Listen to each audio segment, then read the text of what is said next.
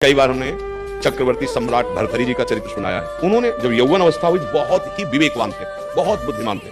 उन्होंने अपने हृदय में देखा चाहत क्या, चक्रवर्ती सम्राट पद मिला था, समस्त वैभव उनका था, तो मन में चाहता कि यदि सुंदरी स्त्री मिल जाए। विचार किया कि अगर मन ऐसा कह रहा है, क्योंकि ऐश्वर्य वैभव खजाना शासन विक्रमादित्य जैसे उनके भाई तो सब कुछ था, मन की खोज की तेरी को चाह क्या है, उनका विश्व सुंदरी अगर हमें मिल जाए। उन्होंने पूरे विश्व में ऐलान करवा दिया महाराज चक्रवर्ती सम्राट भर्तृहरि अपने योग्य पत्नी चाहते हैं। बहुत सी सुंदरियां स्वयं आकर के उनके वर्ण, उनमें से एक का वर्ण किया, उसका नाम पिंगला था। बहुत ही सुंदर, सर्वांग सुंदर, जैसा उनके मन में कल्पना थी वैसे ही मिल गए। अब तो खुशी हो जाना चाहिए। उन्होंने मन में विचार किया अगर हम लोगों से मिलते रहेंगे, राष्ट्र सेवा करेंगे तो शायद हम सुख ना खोज पाएंगे। बहुत बुद्धिमान थे। इस मन को मुझे उत्तर देना है कि इसकी मांग खत्म हो जानी चाहिए। अपने भाई को कहा कि तुम राज्य शासन देखिए और मैं कुछ वर्ष तक एकांत सेवन करूंगा पिंगला के साथ, मैं देखूंगा सुख है कहाँ। अब राजा थे, उनका शासन बहुत बलिष्ठ राजा थे, भर्तृहरि जी का नाम प्रसिद्ध हुआ है। पिंगला से ब्याह करके एकांत महल में समय से भोजन पहुंच जाता, कोई प्रश्न नहीं, राष्ट्र संबंधी, देश सेवा संबंधी, एकांत सेवा। एक दिन पिंगला पीछे महल की खिड़की से झांक के देखा, अश्वपाल जो घोड़ों की सेवा करा था, बहुत ही बलिष्ठ राज सैनिक था, वो घोड़ों की सेवा। उसका मन आकर्षित हुआ, इशारे से संबोधन किया और महाराज जब शयन कर जाते तब वो बुलाते उनसे मिलना प्रारंभ हो गया। भर्तृहरि जी को कुछ पता, विक्रमादित्य जी अपने भाई की सुरक्षा के लिए कि ये स्त्री बहुत सुंदरी है, पत्नी स्वरूप से है, फिर भी मुझे सावधान रहना चाहिए,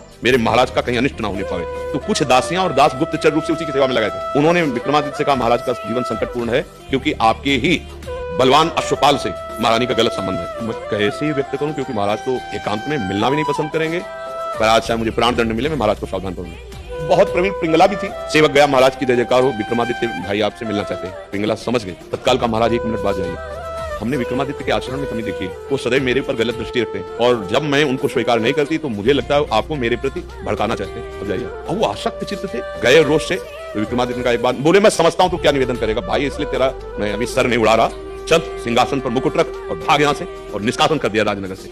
उनका भाई साहब आप कहाँ बोल रहे हैं, आप समझिए आपके साथ छल हो रहा है। बोले मुझे पहले से पता है, एक बात नहीं है, पर कुछ मंत्रियों ने उनको गुप्त रूप से रखा, इनके साथ छल हो रहा है, महाराज अभी समझ नहीं पा रहे। अब भगवान सबका वंडा फोड़ कर देते हैं। एक उस नगर में ब्राह्मण तपस्या कर रहा था धन प्राप्ति के लिए, तो देवराजेंद्र प्रकट हुए, एक अमर फल दिया और अंतर ध्यान हो गए, ये कह के कि अमर फल है। उनका मुझ दरिद्र को अमर होने की क्या जरूरत है, मुझे तो रुपए की जरूरत है। दिमाग में आया कि ये फल मैं महाराज भर्तृहरि को दे दूं तो राजा है, अमर हो जाएंगे, ऐसा धर्मात्मा वीर राजा, और मुझे वो धन दे देंगे। ऐसा ही हुआ। महाराज की जय जयकार हो। ब्राह्मण के लिए कोई निषेध नहीं था, ब्रह्म ऋषियों के लिए निषेध नहीं था महल में। महाराज ये अमर फल मुझे तपस्या से मिला, मैं समझता हूँ आप जैसे धर्मात्मा बलवान प्रजा रक्षक यदि अमर रहेंगे तो सुखी रहेगी प्रजा, और मुझ गरीब को धन चाहिए। आदेश कर दिया खजाने से जितना इनको जब धन चाहिए दे दिया जाए। तो अपार धन था। फल को लिया, उन्होंने सोचा इस फल को मैं पिंगला को खवा दूं, क्योंकि मैं पिंगला से बहुत प्यार करता हूँ। मैं जी के क्या करूंगा अगर पिंगला मर गई। बुलाया पिंगला को, कहा अमर फल लीजिए, ये मेरे देश के ऋषियों की तपस्या का फल है, आप इसे खाइए, आप अमर हो जाएंगे। हाँ महाराज मैं पालूं। बोले नहीं मेरे सामने नहीं महाराज, स्नान करके पवित्र अनुष्ठान से फिर मैं पालूं, आपको विश्वास नहीं। महाराज ठीक है। समय से जब वो अश्वपाल से मिली, पिंगला ने सोचा मैं जी के क्या करूंगी, मेरा प्यार तो अश्वपाल है।